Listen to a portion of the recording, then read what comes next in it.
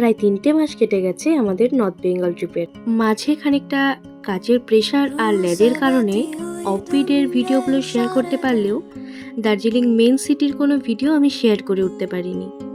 যদিও তার অন্যতম কারণ ফুটেজের অভাব, আর তাছাড়াও প্রথম দুদিন আমার এনার্জি তুঙ্গে থাকলেও আবহাওয়া পরিবর্তন আর টানা 3 দিন যাতায়াতের জন্য আমি খানিকটা অসুস্থ হয়ে পড়েছিলাম। চলো, আমার কাছে যেটুকু বাকি আছে তা দিয়েই আমাদের ট্রাভেল স্টোরিটা শেষ করা যাক। ফার্স্ট ডে ইন দার্জিলিং, মানে আমি আর কত ক্যাপচার করতে পারি। যখনই ভাবছি যে আর ক্যাপচার কিছু করবো না, আর কিছু দেখার নেই, মানে পাহাড় যে মুহূর্তে মুহূর্তে নিজের রূপ পরিবর্তন করে সেটা দেখতে পাচ্ছি।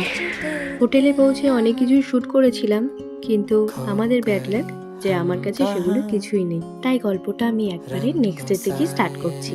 এই ভিউটা ছিল আমাদের রেস্টুরেন্ট থেকে কাঞ্চনজঙ্ঘার। দারুণ না? এছাড়াও এই রেস্টুরেন্টের মধ্যে ছিল একটা লাইব্রেরি, যেটা ছিল সুন্দর, কিন্তু আমাদের পড়ার সুযোগই হয়নি। আমরা দিনের বেলায় থাকতাম গাড়িতে আর রাতে থাকতাম হোটেলে। এই লাইব্রেরিটা ছাড়াও কিন্তু হোটেলে আরও একটা আকর্ষণ ছিল, সেটা হলো বিভিন্ন দেশের কারেন্সি। সেটা আর তোমাদের সাথে দেখানোর সুযোগ হলো না। যাই হোক, তারপর ব্রেকফাস্ট করেই আমরা বেরিয়ে পড়েছিলাম আজকের সাইট সিনের জন্য।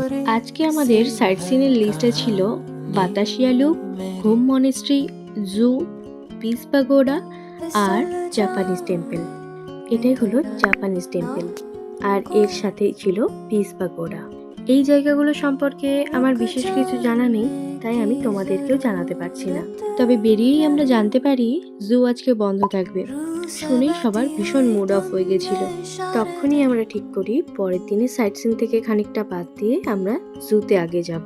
এরপর চলে গেছিলাম ঘুম মনেস্ট্রি আর ঘুম স্টেশন। আর যেতে যেতেই এনাকে দেখলাম।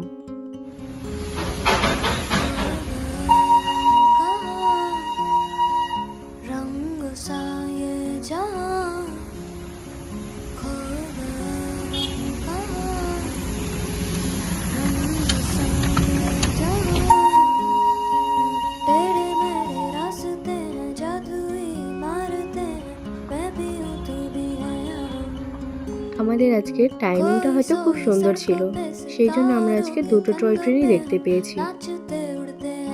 এখানে সবাই মনিস্ট্রির মধ্যে ঢুকেছে, ওখানে রিল্যাক্স করছে।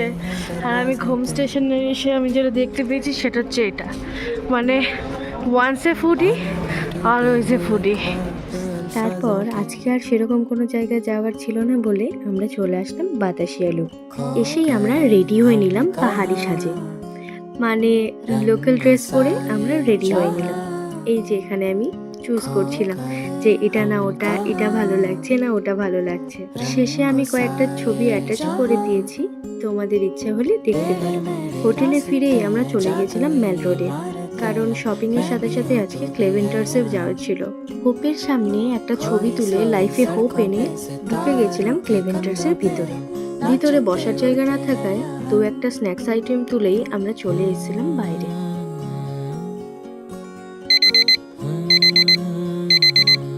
আজকের গুড মর্নিংটা একদম জুয়ের সামনে থেকে, কিংবা বলা চলে আমার নিজস্ব বাড়ি থেকে।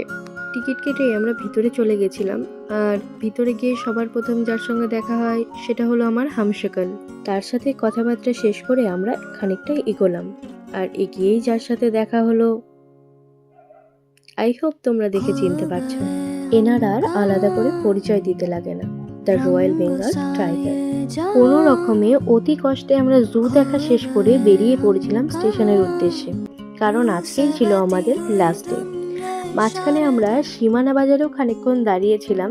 সেখানে দাঁড়িয়ে জানতে পারলাম এটা নাকি ভারত নেপাল সীমান্ত, আর যার বর্ডার ছিল কিনা একটা কাঁচা মাটির রাস্তা। আর এবার শেষবারের মতো সুন্দরী পাহাড়িকে দুচোখ ভরে দেখছিলাম, কারণ আমরা কেউই জানি না আমরা আবার কবে পাহাড়ে আসব। তারপর আমরা আবার মিরিকের রাস্তা ধরলাম, আর মিরিকে পৌঁছে ওখানে খানিকক্ষণ রেস্ট করে লাঞ্চ করে আমরা বেরিয়ে পড়লাম স্টেশনের। আমরা 4:30টার মধ্যেই স্টেশনে পৌঁছে গেছিলাম, কারণ ওদের 5:30 থেকে ট্রেন ছিল। তাই ওদেরকে টাটা করেই আমরা চলে এসেছিলাম বাস স্ট্যান্ডে, কারণ আমাদের টিকিট ছিল বাসে।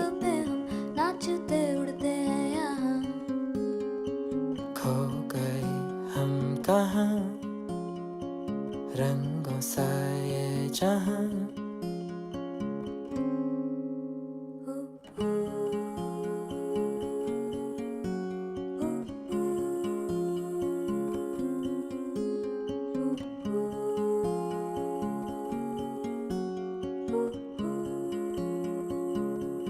Thank you for watching.